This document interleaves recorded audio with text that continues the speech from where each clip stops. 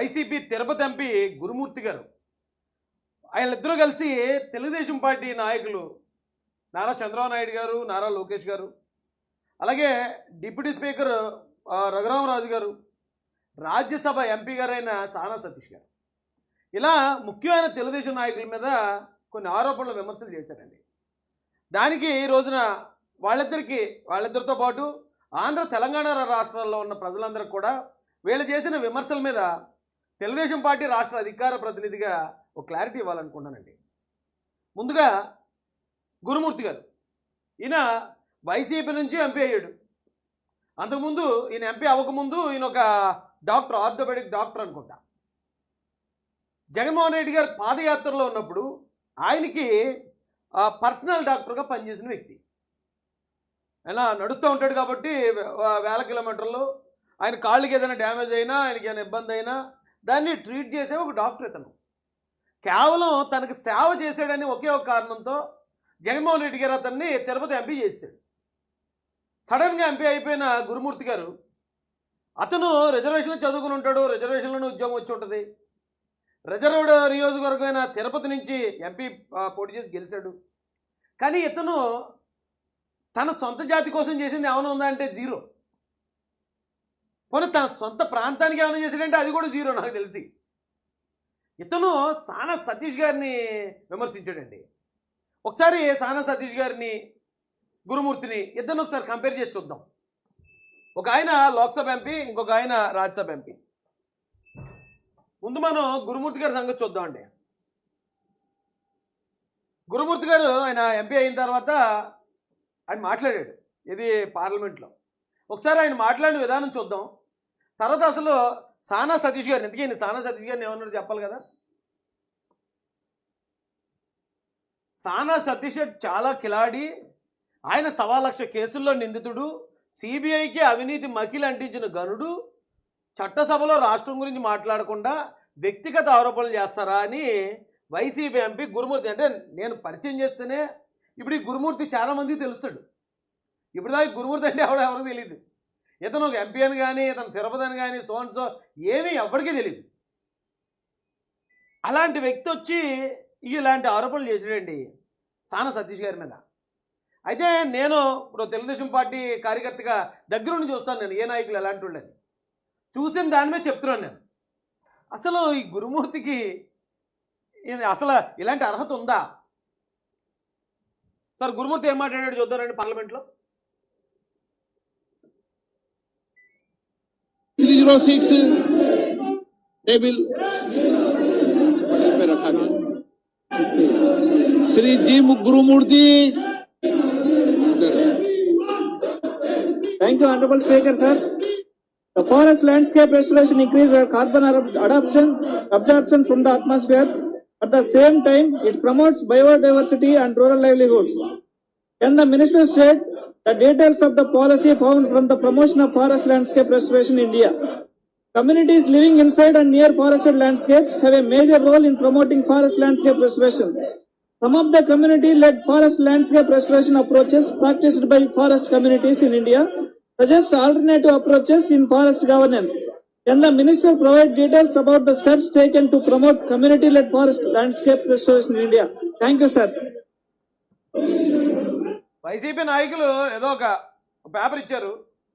ఆ పేపరు ఇప్పుడు టీవీ ఫైవ్లోనో లేకపోతే ఇప్పుడు టీవీ ఫైవ్లో కూడా ఇలా పేపర్ పెట్టి చదవట్లేదు న్యూస్ రీడర్లు ఎవరని. అలా న్యూస్ రీడర్లాగా గబగబా అప్ చెప్పేసి చిన్నపిల్లలాగా, అది కూడా 1 minute లోపే అది చూసి టకటకటకట చేసి థ్యాంక్ యూ అని కూర్చున్నాడు. అతను ఒక ఎంపీ. అతను ఈ రోజున కలికాలం అండి బాబు. ఈయన కూడా ఒక ఎంపీయే. ఈయన్నే ఆయన విమర్శించిన వ్యక్తి ఈయనే, ఆయన ద్వారా విమర్శలు పడ్డ వ్యక్తి. ఈయన గెలిచి 3 నెలలే, అదే ఈయన పార్లమెంట్కి వెళ్ళి 3 నెలలు అయ్యింది సానా సతీష్ గారు. ఈ 3 నెలల్లోనే ఆయన మాట్లాడే అవకాశం వచ్చినప్పుడు ఆయన ఏం మాట్లాడాడు. ఇప్పుడు ఇతను ఏమంటున్నాడు, గురుమూర్తి ఏమంటాడు ఇక్కడ, 1,00,000 కేసుల్లో నిందితుడు. సానా సతీష్ గారి మీద కేసులు ఉన్నాయని ఈ రాష్ట్రంలో ఎవరికీ తెలియదు. కేసుల విషయానికి వస్తే వైసీపీ నాయకులు ఈ దేశంలోనే కాదు ప్రపంచంలో నెంబర్ 1. అలాంటిది మరి కింద ఉన్న నలుపు మా గురుమూర్తికి కనపడలేదు అనుకుంటా. ఈయన ఎదుటోళ్ళని విమర్శిస్తున్నాడు. ఫస్ట్ది సిబిఐకి అవినీతి మకిలి అంటించిన గరుడు అన్నాడు. సిబిఐ ఆఫీసర్లు అంటే సిబిఐ ఎస్పీ మీదే కేసు పెట్టిన ఘనత వైసీపీ నాయకులది. సిబిఐ ఎస్పీ రామ్ సింగ్ వివేకానంద రెడ్డి గారి కేసులో ఆయన మీద తిరిగి ఎస్పీ మీద కేసు పెట్టారు. సిబిఐ ఆఫీసర్ని కొట్టి చంపేపోయారు ఆ రోజున. వాళ్ళని అరెస్ట్ చేయనివ్వకుండా వాళ్ళు మొత్తం నిర్బంధం చేశారు. అలాంటిది గురుమూర్తి అంటాడు సిబిఐని ఏదో చేశారంటే సానా సతీష్ గారు. మూడో చట్టసభలో రాష్ట్రం గురించి మాట్లాడకుండా వ్యక్తిగత ఆరోపణలు. ఇప్పుడు సానా సతీష్ గారు రాష్ట్రం గురించి మాట్లాడారా, లేకపోతే గురుమూర్తిలాగా ఇలాగా పర్సనల్ టార్గెట్ చేశారా? ఒకసారి చూద్దారండి.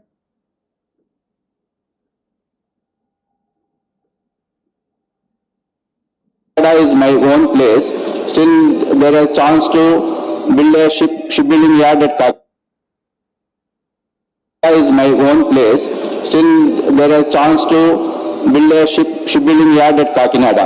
And one more thing, sir, Kakinada and Uppada road, 20 kilometers road, eroding with sea highways. This is happening last 10-15 years. No one is taken up this thing. I request Central to allocate 200 crores for National Disaster Management Funds for protecting the sea for the pteropods, safeguard that region, sir.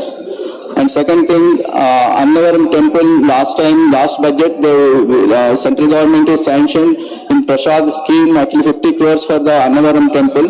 Now same way, actually we want to develop the separate greenfield road from Annavaram to Kakinada port. This budget, actually we want to allocate these things to the new budget, sir. ఆయన కాకినాడకి చెందిన వ్యక్తి కాబట్టి రాజ్యసభలో ఆయన మాట్లాడడానికి వచ్చిన మొదటి అవకాశాన్నే తన ప్రాంత అభివృద్ధి కోసం కాకినాడ పోర్టు గురించి మాట్లాడాడు. అలాగే ఉప్పాడ బీచ్ అంటే ఉప్పాడ సముద్రం కొట్టేయడం వల్ల ఆ రోడ్డు అంతా ఇదైపోయి అటు ఇటు రాకపోకలకి ప్రజలకి చాలా ఇబ్బందులు అవుతున్నాయి. ఆ రోడ్డు గురించి ఆయన మాట్లాడాడు. అలాగే కాకినాడ తిరుపతి గ్రీన్ బెల్ట్ కోసం మాట్లాడాడు. ఆయన తన ఆ ప్రాంతం గురించి మాట్లాడాడు. గురుమూర్తి, నువ్వేం చేసావయ్యా? నువ్వు ఎప్పుడైనా నీ ప్రాంతం కనీసం నీ తిరుపతి గురించి మాట్లాడావా? ఇలాంటి వాళ్ళు అందరూ ఇలా ఎర్రబస్సు ఎక్కేసి వచ్చి పనిచేసే నాయకులను విమర్శిస్తూ ఉంటే మాలాంటి వాళ్ళు కూడా చిరాకు వస్తుంది. బస్సు ఇవాళ విమర్శ చేసినా హుందాగా ఉండాలి, అందులో వాస్తవం ఉండాలి. అలా వాస్తవాలు ఉంటే నువ్వు విమర్శించి తప్పలేదు. అసలు నువ్వు ఎంపీ అని ఎవరికి తెలియదు ఇప్పుడు దాకా. ఇప్పుడు ఇగో మహాసేన మీడియా దయ వల్ల ఒక గురుమూర్తి అట, ఒక ఎంపీ ఉన్నాడట, అతను ఇలాగట సోన్ సో అట. అతను ఎంపీ అవడానికి అర్హత అంటే కేవలం జగన్మోహన్ రెడ్డి గారికి ఆయన చేసిన సేవ మాత్రమేనట అని తెలుస్తుంది. కానీ ఈయన సానా సతీష్ గారు అలా కాదు.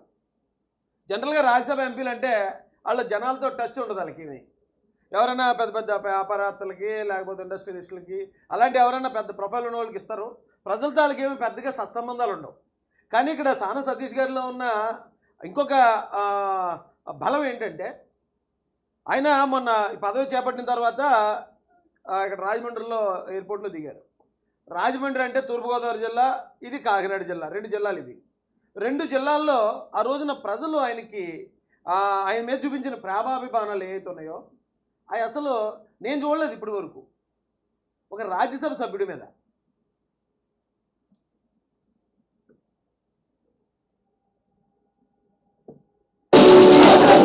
చాలామంది విమర్శించారు అప్పట్లో కూడా, సానా సతీష్ గారికి ఏముందని, ఏ అర్హత ఉందని ఇస్తున్నారు మీరు, అది ఇదని చెప్పి మాట్లాడారు కొంతమంది, సొంతోళ్ళు బయటోళ్ళు కూడా.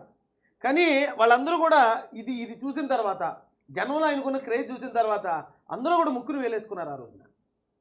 2 జిల్లాల్లో ఇప్పుడు ఒక ఎమ్మెల్యే గారంటే ఆ నియోజకవర్గంలోనే ఉంటుందండి ఫాలోయింగ్, ఒక ఎంపీ గారంటే ఆ నియోజకవర్గంలో ఉంటుంది. అంతేగాని 2 జిల్లాల్లో ఫాలోయింగ్ కలిగిన వ్యక్తి, 2 జిల్లాల్లో ప్రజలు అంత అభిమానం చూపించారు.